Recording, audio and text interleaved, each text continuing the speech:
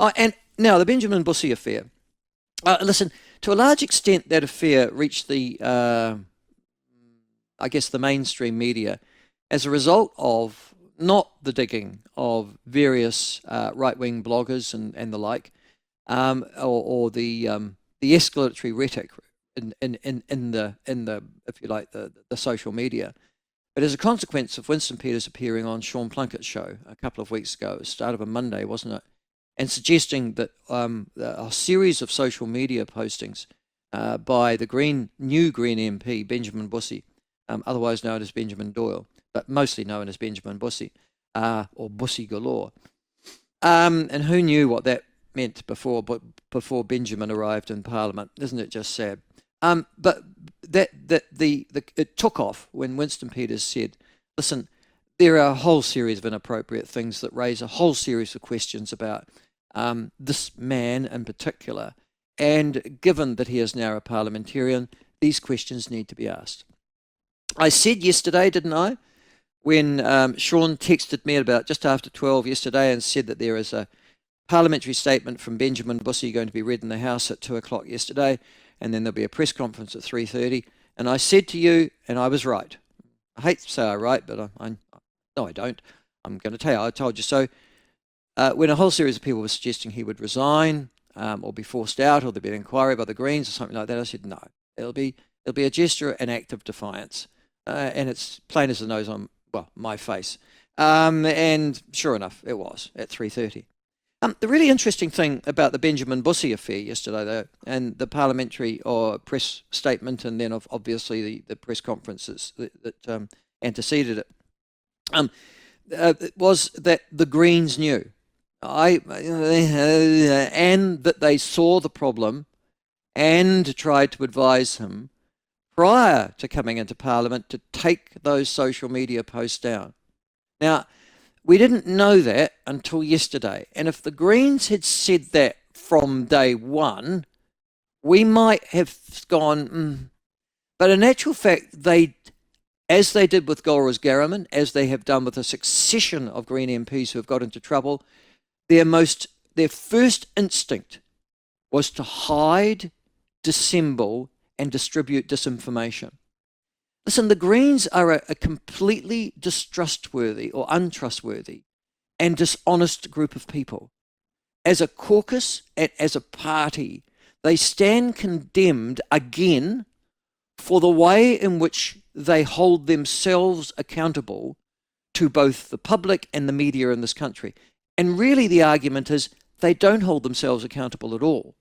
They regard themselves as somehow being outside of the realm of responsibility, as an organisation and a group of people that don't need in any way, shape or form to meet societal norms or accountability standards.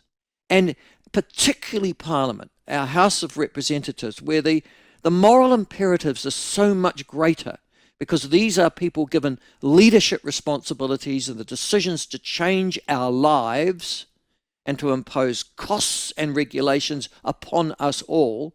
The Greens say, not us. We're somehow immune from this. Now, I thought it was just Pāti Māori, but now we know as a result, confirmed yesterday as a result of the press conference, that in actual fact it's the Greens as well. The Greens knew.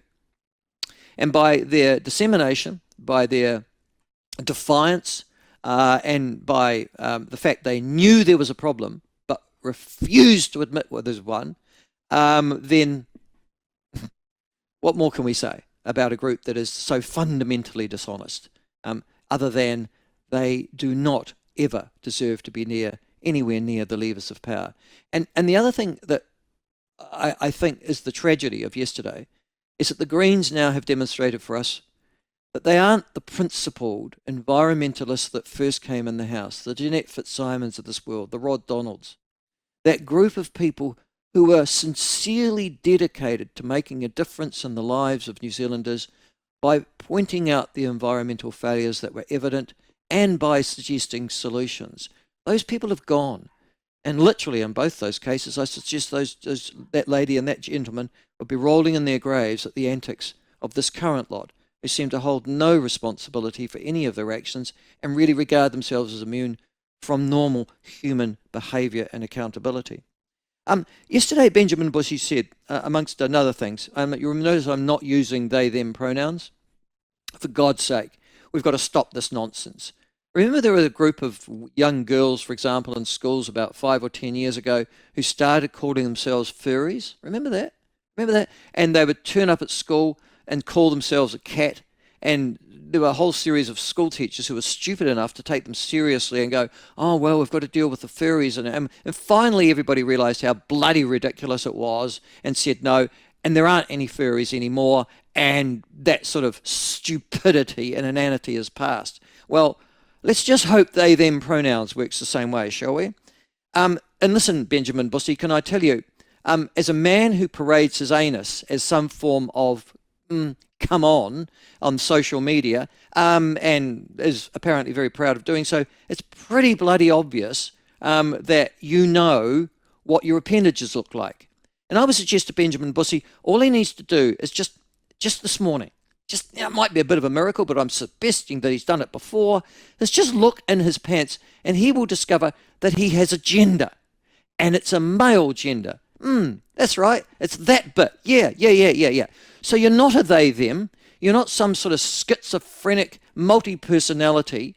You are a man, for God's sake. So I'll keep on referring to him as a man, and anybody that plays with this nonsense of they, them are equally guilty of entering into the sort of emperor's clothes stupidity of this stupid nonsense to do with invented pronouns. Anyhow, put all that to one side. Bad enough.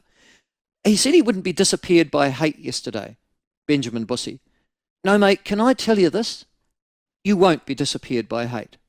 I don't hate you. I don't even dislike you. I don't care enough to do either of those two things. But I will tell you this, Benjamin Bussy Doyle. I'll tell you this. You won't be disappeared by hate, but you will be disappeared by your narcissistic stupidity. That's what disappears you. That's what makes you irrelevant. That's what makes you a laughingstock. That's what makes you irrelevant in the world, so that no one will take you seriously. No one will take you seriously with your bussy, with your pronouns, or with your strange and odd view that you're living your authentic self. Your authentic self is stupid. Your authentic self is irrelevant. Your authentic self actually includes sexual innuendo as a part of your consciousness and your character. It wouldn't be tolerated if he was a male heterosexual in the National Party and ACT in New Zealand First. Dear Lord, not even in Labour would it be tolerated. But it is tolerated in the Greens, and it is tolerated by our mainstream media who play into this narrative. No, Benjamin, you won't be disappeared by hate. You've disappeared yourself right up your own bussy.